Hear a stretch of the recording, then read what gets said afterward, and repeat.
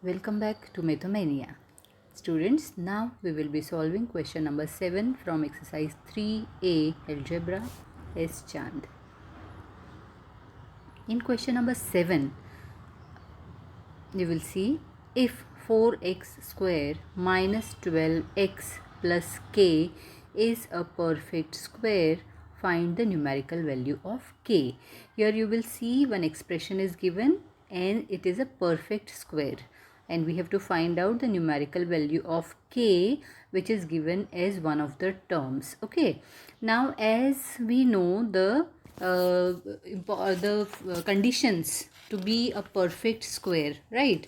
What are the conditions if you have a perfect square that we have done in our previous video?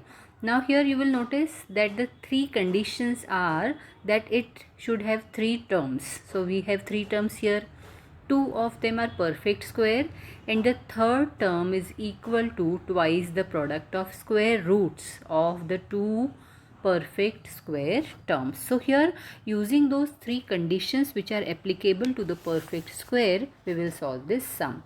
Now the given expression is 4x square minus 12x plus k, which is a perfect square. We will write it in the form of a square minus 2ab plus b square.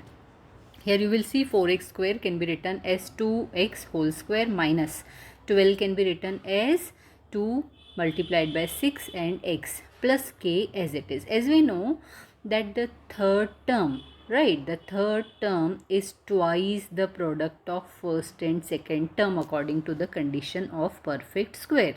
So twice the two terms. What is twice? 2 into the first term is 2x and the second term is k will be equal to the third term. And what is the third term? It is 12x. So we will find out the value of k. We'll keep k on one side and take 2 into 2x on the other side of the equal. So 12x divided by 2 into 2x. After reducing it, x will get cancelled, and by this 2 and 2, 12 will get reduced, and the value of k we are getting is 3. Therefore, the numerical value of k is what? It is 3. Okay, let us move forward to next question, that is question number 8. In question number 8, what is given? That what terms should be added to each of the following expressions to make it a perfect square. अब इसमें करना क्या है? दो terms दी है, उसको perfect square बनाना है. Perfect square बनाने के लिए द फर्स्ट कंडीशन क्या है? It should have three terms. लेकिन हमको क्वेश्चन 1 में देखिए 4a स्क्वायर प्लस 28a सिर्फ दो ही टर्म दी है. तो फर्स्ट कंडीशन इज़ दैट कि it should have three terms, और उसके लिए हमको क्या कंसीडर करना पड़ेगा कि जो थर्ड टर्म है it should be, we have to consider it as x square. तो हम लोग इसमें क्या कंसीडर कर रहे हैं कि let the term that is to be added here so that it can become a perfect square, वो क्या होगी? x square होगी. अगर हम उसको x square कंसीडर करते हैं तो हमारा एक्सप्रेशन कैसा हो जाएगा?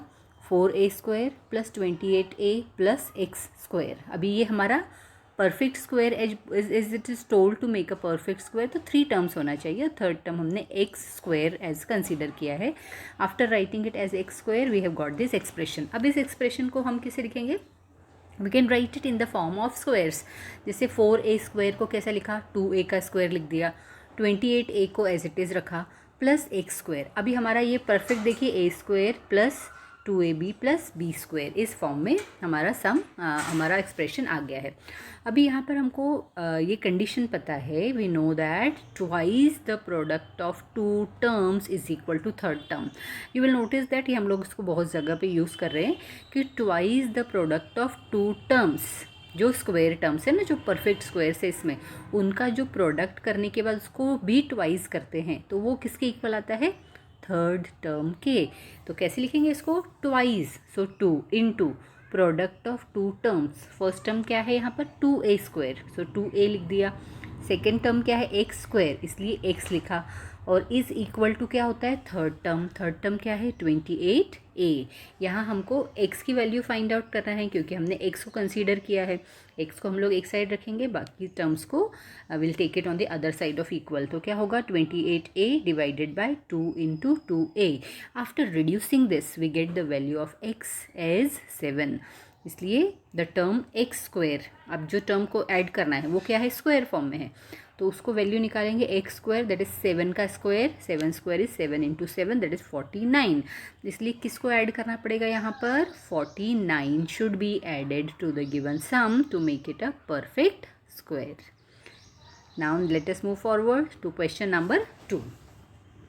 36a square plus 49b square. अब इसमें क्या बोल रहे हैं कि परफेक्ट स्क्वायर है, थर्ड टर्म निकालना है। अभी ये दोनों को ही आप नोटिस करेंगे कि दोनों already are given in the form of squares. 36a square को हम लिख सकते हैं 6a का whole square, plus 49b square को लिख सकते हैं 7b का whole square, because 7 square is 49 and 6 square is 36। अब 3 टर्म्स होती हैं, उसमें से 2 टर्म क्या होती है, परफेक्ट स्क्वायर होती है, और थर्ड टर्म क्या होती है, is twice the product of first and second term.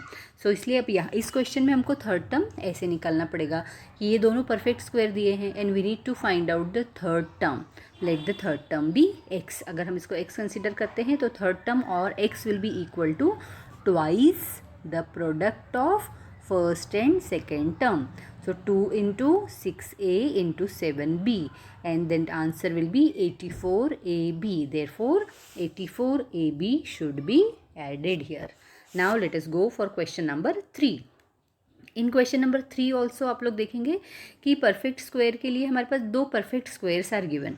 जब 2 परफेक्ट स्क्वायर दिए हैं तो हमको क्या करना पड़ता है, थर्ड टर्म फाइंड आउट करना पड़ता है, और वो थर्ड टर्म क्या होती है, twice the product of first and second term. So 2 perfect squares are given, 4a square को हम लिखेंगे 2a square, 81 को लिखेंगे 9 square। so दोनों perfect square मिल गए। परफेक्ट स्क्वायर मिलने के बाद में ये टर्म्स क्या है, 2a एंड 9, ये 2 हमारे पास टर्म्स हैं।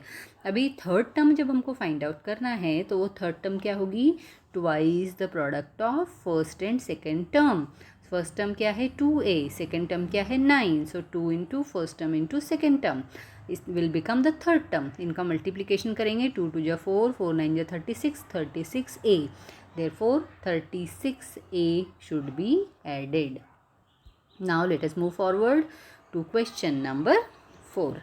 In question number 4 it is given 9a square plus 2ab plus b square. अब यहाँ पर one more thing you will notice, already 3 terms are given, right?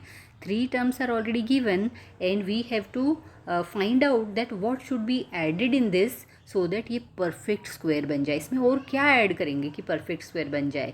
Right now it is not a perfect square, right. अभी इसमें देखो आपकी एक term 9a square को हम लिख सकते हैं 3a का होल स्क्वायर, 2ab हम लोग एज इट इज़ लिखेंगे, प्लस b स्क्वायर को as it is b square लिख दिया। अब 2 परफेक्ट स्क्वायर हैं, एक 3a का होल स्क्वायर है और दूसरा b स्क्वायर है। ये 2 परफेक्ट स्क्वायर है हमारे पास। जब हमारे पास परफेक्ट स्क्वायर होते हैं तो हम लोग थर्ड टर्म इजीली निकाल सकते हैं।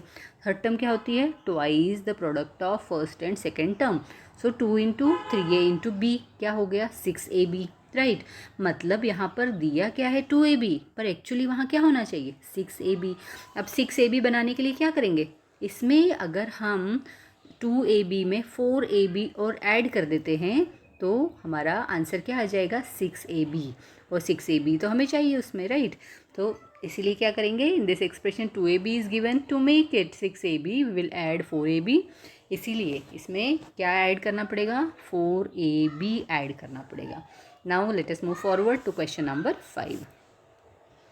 49a raised to the power 4 plus 50a square b square plus 16b raised to the power 4। सबसे पहले तो इसको परफेक्ट स्क्वायर के फॉर्म में लिखने की कोशिश करो कि इसमें से कौन सी टर्म को हम परफेक्ट स्क्वायर के फॉर्म में लिख सकते हैं। 49a rest to the power 4 को क्या लिख सकते हैं, 7a स्क्वायर का square, because 7 square will be 49 and a square will be a raised to the power 4। अब 50a स्क्वायर b स्क्वायर को ऐसे ही रहने दो, plus 16b raised to the power 4 को क्या लिख सकते हैं, 4b स्क्वायर का whole square. Okay, now 2 perfect squares are given.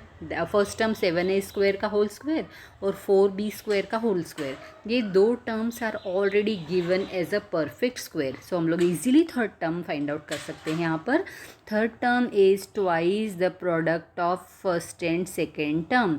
So 2 into 7a square into 4b square. So it will be equal to 56a square b square. Therefore इसमें सम में क्या करना पड़ेगा, 6a square b square को add करना पड़ेगा to get the perfect square.